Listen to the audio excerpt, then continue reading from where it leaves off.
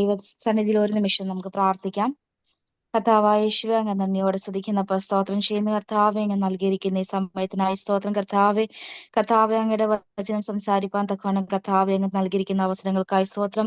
അടിയങ്ങളായിരിക്കുന്നവരെ എല്ലാവരെയും അങ്ങയുടെ സന്നിധി താഴ്ത്തി സമർപ്പിക്കുന്ന അപ്പച്ചാന്റെ ദൈവമേ, കർത്താവെ അങ്ങയുടെ വചനം പറയുന്നില്ല കർത്താവെ. ദൈവമേ, അടിയങ്ങൾ വായി തുറക്കുമ്പോൾ അങ്ങ് അടിയങ്ങളോട് സംസാരിക്കുന്ന ദൈവമാകുന്നില്ല കർത്താവെ. അങ്ങയുടെ മാറ്റമില്ലാത്ത വചനത്തെ കർത്താവ് അടിയങ്ങളോട് സംസാരിക്കണമേ. അങ്ങ് ഏത് രീതിയിൽ അതിനെ ആഗ്രഹിക്കുന്നുവോ ആ രീതിയിൽ അതിനെ പ്രസന്റ് ചെയ്യാനുള്ള കൃപയും കരുണയും നൽകണമെന്ന് പ്രാർത്ഥിക്കുന്ന കർത്താവ്, അങ്ങയുടെ കരങ്ങളിൽ സകലവും താഴ്ത്തി സമർപ്പിക്കുന്നു. അടിയങ്ങൾ ഓരോരുത്തരെയും താഴ്ത്തി സമർപ്പിക്കുന്ന അപ്പച്ച, അങ്ങയുടെ വചനം കേട്ട് ആ വചനം കർത്താവ് 60 100 മേനിയായി അടിയങ്ങളുടെ ഹൃദയങ്ങളെ ക്രിയ ചെയ്യണമേ അപ്പച്ച. യേശുവിൻ നാമത്തിൽ തന്നെ അപ്പ. അമേൻ, അമേൻ, അമേൻ, അമേൻ, അമേൻ. ദൈവവചന ധ്യാനത്തിനായി കർത്താവ് എനിക്ക് നൽകിയ വചനം സാംസ് 103, സങ്കീർത്തനങ്ങൾ 103 അധ്യായം അതിന്റെ 8 മുതൽ 12 വരെയുള്ള വാക്യങ്ങളാണ്. സങ്കീർത്തനം 103 8 മുതൽ 12 വരെ. The Lord is merciful and gracious, slow to anger and abounding in mercy. He will not always strive with us, nor will he keep his anger forever. He has not dealt with us according to our sins, nor punished us according to our iniquities. നമ്മുടെ ദൈവം നമ്മോട് കരുണയും കൃപയും ഉള്ളവനാകുന്നു. അവൻ കോപപ്പെടുവാനായിട്ട് slow ഉള്ള ദൈവം, അതായത് പതിയെ കോപിക്കുന്ന ദൈവവും കരുണയില് നിറഞ്ഞ ദൈവവുമാകുന്നു. എനിക്ക് അതിന്റെ മലയാളത്തിന്റെ എക്സാക്ട് വേർഡ്സ് എന്റെ കയ്യിലില്ല. പക്ഷെ നമ്മുടെ ദൈവം കരുണയും കൃപയും ഉള്ള ദൈവമാകുന്നു. നമ്മുടെ ദൈവത്തിന്റെ നേച്ചർ, ദൈവത്തിന്റെ പേഴ്സണാലിറ്റി, കർത്താവ് കൃപയുള്ളവനും കരുണയുള്ളവനുമാകുന്നു. നമ്മൾ ചെയ്യുന്ന പാപങ്ങൾക്ക് തക്കവണ്ണം നമ്മെ അവൻ ശിക്ഷിക്കുന്നില്ല. നമ്മളുടെ പാപങ്ങൾക്ക് തക്കവണ്ണം നമ്മെ അവൻ ശിക്ഷിക്കുന്നതുമില്ല. അതിനുശേഷം പിന്നീടുള്ള വാക്കുകളിൽ പറയുന്നുണ്ട്, കർത്താവിന്റെ കൃപ അവനെ ഭയപ്പെടുന്നവരോട് കർത്താവിന്റെ കൃപയും കരുണയും വലുതാകുന്നു. സ്വർഗം ഭൂമിയിൽ നിന്നും എത്ര അകന്നിരിക്കുന്നുവോ അതിന്റെ ദൂരം, സ്വർഗത്തിനും ഭൂമിക്കും മധ്യയുള്ള ദൂരം, അതായത് സ്വർഗത്തിനും ഭൂമിക്കും ആകാശത്തിനും മീതെയാണ് സ്വർഗം. ആ ദൂരത്തിന് അത്രത്തോളം ദൂരമാണ് കർത്താവിന് നമ്മോടുള്ള കൃപ. അത് ജനറേഷൻ ടു ജനറേഷൻ, നമ്മുടെ തലമുറകളിൽ നിന്നും തലമുറകളിലേക്ക് കർത്താവിന്റെ കൃപ പോയിക്കൊണ്ടേയിരിക്കുന്നു. മേഴ്സി, അതായത് കരുണ എന്ന് പറയുന്നത് നമുക്കൊരു പണിഷ്മെന്റ് തരത്തക്ക രീതിയിൽ, അല്ലെ നമ്മളെ ശിക്ഷിക്കത്തക്ക രീതിയിൽ നമ്മൾ തെറ്റ് ചെയ്തിട്ടുണ്ടെങ്കിൽ പോലും ദൈവം നമ്മളെ ക്ഷമിക്കുന്നു. അതാണ് ദൈവത്തിന്റെ കരുണ.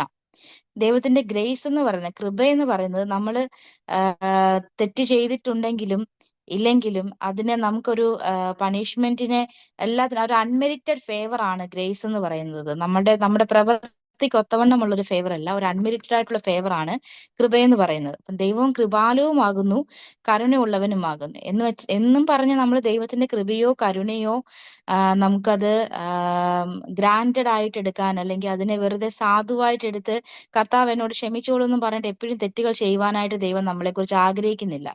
2 തരത്തിലുള്ള ഫിയറുകളുണ്ട് ഈ ലോകത്തില്. ഒന്ന് ഫിയർ ഓഫ് ഗോഡ്, അല്ലെങ്കിൽ ഒരു ഗോഡ്ലി ഫിയർ. ഗോഡ്ലി ഫിയർ എന്ന് പറയുന്നത് നമുക്ക് ഒരു ഗിൽറ്റിനെ തരും, അതായത് ഒരു മനസ്താപത്തെ തരും. ആ മനസ്താപം നമ്മളെ കർത്താവിലേക്ക് അടുപ്പിക്കും. അങ്ങനെ കർത്താവിലേക്ക് അടുപ്പിക്കുന്നതാണ് ഗോഡ്ലി ഫിയർ.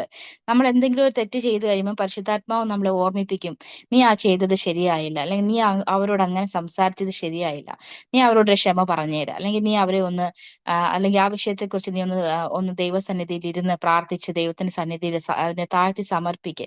അങ്ങനെ വരുന്ന ഒരു ഫിയർ, അതൊരു ഗോഡ്ലി ഫിയർ ആണ്.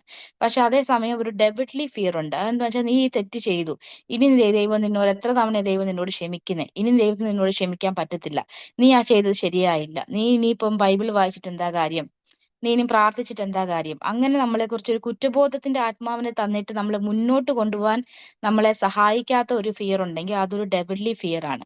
ദൈവവചനം പറയുന്നുണ്ട്, നീതിമാന്റെ വീഴ്ചകൾ അസംഖ്യമാണ്, എന്നാൽ അതിൽ നിന്നൊക്കെയും ദൈവം അവനെ താങ്ങുന്നു. നമുക്ക് പീറ്ററിന്റെ കാര്യം തന്നെ എടുക്കാം. പത്രോസ് കർത്താവിനെ 3 തവണ തള്ളി പറഞ്ഞു. അതിനുശേഷം കർത്താവ് ക്രൂശീകരിക്കപ്പെട്ടതിന് ശേഷം കർത്താവിനെ ഉപേക്ഷിച്ചുകൊണ്ട് തന്റെ പഴയ പണിയായ മീൻ പിടിക്കലിലേക്ക് വീണ്ടും കടന്നുപോയി. ദൈവം അവനോട് പറഞ്ഞിട്ടുണ്ട്, നീയാണ് പത്രോസ് ആകുന്ന പാറ, നിന്നിൽ ഞാൻ എന്റെ സഭയെ പണിയുമെന്ന് പറഞ്ഞിട്ടുണ്ട്. പക്ഷെ ആ ഒരു വിശ്വാസമോ ദൈവത്തിങ്കിൽ ഒരു ട്രസ്റ്റോ ഒന്നും കാണിക്കാതെ അവന് പിന്നീട് ഒരു പക്ഷെ അവന് കുടുംബമുണ്ട്, കുടുംബത്തിന് ഫുഡ് കൊടുക്കണം, അവരെ പോറ്റണം, ഉത്തരവാദിത്തങ്ങളൊക്കെ ഉണ്ട്, അതുകൊണ്ടൊക്കെ കൂടി ആയിരിക്കണം.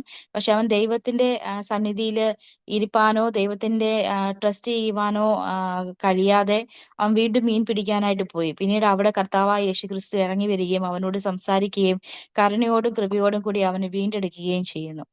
അതുപോലെ തന്നെ നമുക്കറിയാം, ദാവീദ് പുത്ര യേശുവേ കരുണയുണ്ടാകണമേ എന്ന് ഒരു അന്ധനായ കുരുടനായ ഒരു വ്യക്തി കർത്താവ് പോകുന്നതറിഞ്ഞ് കർത്താവിനെ ഉച്ചത്തിൽ വിളിച്ച് കർത്താവിന്റെ വചനം കേൾക്കാനായിട്ട് ഇടയായി. അത് ലൂക്കോസിന്റെ സുവിശേഷം 18-ാം അധ്യായത്തിൽ 38-ാമത്തെ വാക്യത്തിലാണ്. അന്ധനായ കുരുടനായ മനുഷ്യൻ ദൈവത്തോട് പറഞ്ഞു, ദൈവമേ എന്നോട് കരുണയുണ്ടാകണമേ, കരുണയുണ്ടാകണമേ എന്ന് പറഞ്ഞു. അപ്പൊ അവന്റെ ഈ സൗണ്ട് കേൾക്കുന്ന മറ്റുള്ളവരെല്ലാം പറഞ്ഞു, നീ മിണ്ടാതെ ഇരിക്കടാ, നീ മിണ്ടാതെ ഇരിക്കടാ എന്ന് പറഞ്ഞു. പക്ഷെ അവൻ അത് കേട്ടില്ല. അവൻ അത്യുച്ചത്തിൽ കർത്താവിനോട് വീണ്ടും നിലവിളിച്ചു, കർത്താവേ ദാവീദ് പുത്ര എന്നോട് കരുണയുണ്ടാകണമേ. വേറൊരിടത്ത് നമ്മൾ കേൾക്കുന്നുണ്ട്, ഒരു അന്ധനായ മനുഷ്യനോട് ദൈവം സൗഖ്യമാക്കുമ്പോൾ മറ്റുള്ളവർ ചോദിക്കുന്നുണ്ട്, നീയാണോ നിന്റെ അമ്മയപ്പന്മാരാണോ പാപം ചെയ്തതെന്ന്. അപ്പൊ ഒരു പാപത്തിന്റെ ഒരു പ്രതിഫലമായിട്ടാണ് അന്നത്തെ ആ കാലത്ത് ബ്ലൈൻഡ്നെസ് കണ്ടിരുന്നത്. അതുകൊണ്ട് തന്നെ ആയിരിക്കണം നിനക്കത് മറ്റുള്ളവർ ചിന്തിച്ചു കാണും, നിനക്ക് ഈ അന്ധത നിനക്ക് വേണ്ടതാണ്, നീ ചെയ്ത പാപത്തിന് ഒത്തവണ്ണമുള്ള ശിക്ഷയാണ് നിനക്ക് വന്നിരിക്കുന്നത് എന്ന് മറ്റുള്ള ജനങ്ങൾ ചിന്തിച്ചു കാണും. അവനെ അങ്ങനെ മിണ്ടാതിരിക്കാൻ, അവന്റെ ഹീലിങ്ങിന് മറ്റുള്ളവർക്ക് ഒരു താല്പര്യമില്ലായിരുന്നു.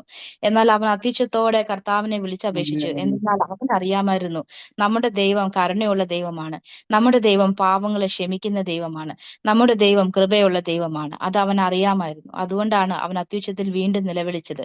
അവന്റെ നിലവിളിക്ക് സ്വരത്തിന് കർത്താവ് ചെവി ചായിച്ചു. അവനെ കൊണ്ടുവരാൻ പറഞ്ഞു. അവനോട് പറഞ്ഞു, നിന്റെ വിശ്വാസം പോലെ നിനക്ക് ആകട്ടെ എന്ന് പറഞ്ഞ് അവനെ കർത്താവായ ദൈവം സൗഖ്യമാക്കി. അപ്പൊ വിശ്വാസത്തോടു കൂടിയുള്ള അവന്റെ ആ വിളിക്ക് ഒരു സൗഖ്യത്തെ അവന് നൽകുവാനായിട്ട് ദൈവത്തിന് സാധിച്ചു. നമ്മുടെ ദൈവമോ കരുണയുള്ളവനും മഹാകൃപയുള്ളവനുമാകുന്നു. അതുപോലെ തന്നെ വിലാപങ്ങൾ 3-ാം അധ്യായം 22 മുതൽ 23 വരെയുള്ള വാക്യങ്ങളിൽ കർത്താവ് പറയുന്നു, The steadfast love of God never ceases. His mercy never comes to an end. And it is new every morning. എല്ലാ കാലങ്ങളിലും, എല്ലാ നാളുകളിലും, എല്ലാ മോർണിംഗുകളിലും, എല്ലാ പ്രഭാതങ്ങളിലും കർത്താവിന്റെ കൃപയെന്ന് പറയുന്നത് പുതിയതാകുന്നു. ഇന്നലത്തെ പോലെയല്ല കർത്താവിന്റെ കൃപ ഇന്നത്തെ ദിവസം. ഇന്നത്തെ ദിവസത്തിൽ നമുക്ക് ആവശ്യമായ കൃപയും കരുണയും കർത്താവ് നമുക്ക് ഇന്നത്തെ ദിവസത്തേക്ക് ഒരുക്കി വെച്ചിരിക്കുന്നു. അപ്പൊ നമ്മുടെ ദിനങ്ങൾ ആരംഭിക്കുമ്പോൾ കർത്താവിന്റെ കൃപയിലും കർത്താവിന്റെ കരുണയിലും ആശ്രയിച്ചുകൊണ്ട് കർത്താവിന്റെ സന്നിധിയിൽ നമ്മെ തന്നെ താഴ്ത്തി സമർപ്പിച്ചുകൊണ്ട് ഒരു ഗോഡ്ലി ഫിയറോട് കൂടി നമുക്ക് ജീവിക്കാം. നമ്മുടെ പാപങ്ങളെ കുറിച്ചോ അല്ലെങ്കിൽ നമ്മുടെ തെറ്റുകളെ കുറിച്ചോ നമ്മൾ കുറ്റബോധമുള്ളവരായിട്ട് എന്നെ കൊണ്ട് പറ്റത്തില്ല, ദൈവം എന്നെ സ്നേഹിക്കുന്നില്ല എന്നുള്ളൊരു കൺസെപ്റ്റിലോട്ട് പോകാതെ ദൈവത്തിന്റെ നേച്ചർ കരുണയും കൃപയും ഉള്ളതാണെന്നും കർത്താവ് നമ്മളെ വിളിച്ചെടുക്കപ്പെട്ടവനും വീണ്ടെടുക്കപ്പെട്ടവനും നമ്മെ സ്നേഹിക്കുന്നവനാണെന്നുള്ള ബോധ്യത്തോടു കൂടി കർത്താവിന്റെ സന്നിധിയിൽ നമ്മുടെ പാപങ്ങളെ, കുറ്റങ്ങളെ, കുറവുകളെ ഏറ്റുപറഞ്ഞ് കർത്താവിന്റെ ഒരു ഗോഡ്ലി ഫിയറിൽ ജീവിപ്പാനായി നമുക്ക് നമ്മെ തന്നെ താഴ്ത്തി സമർപ്പിക്കാം.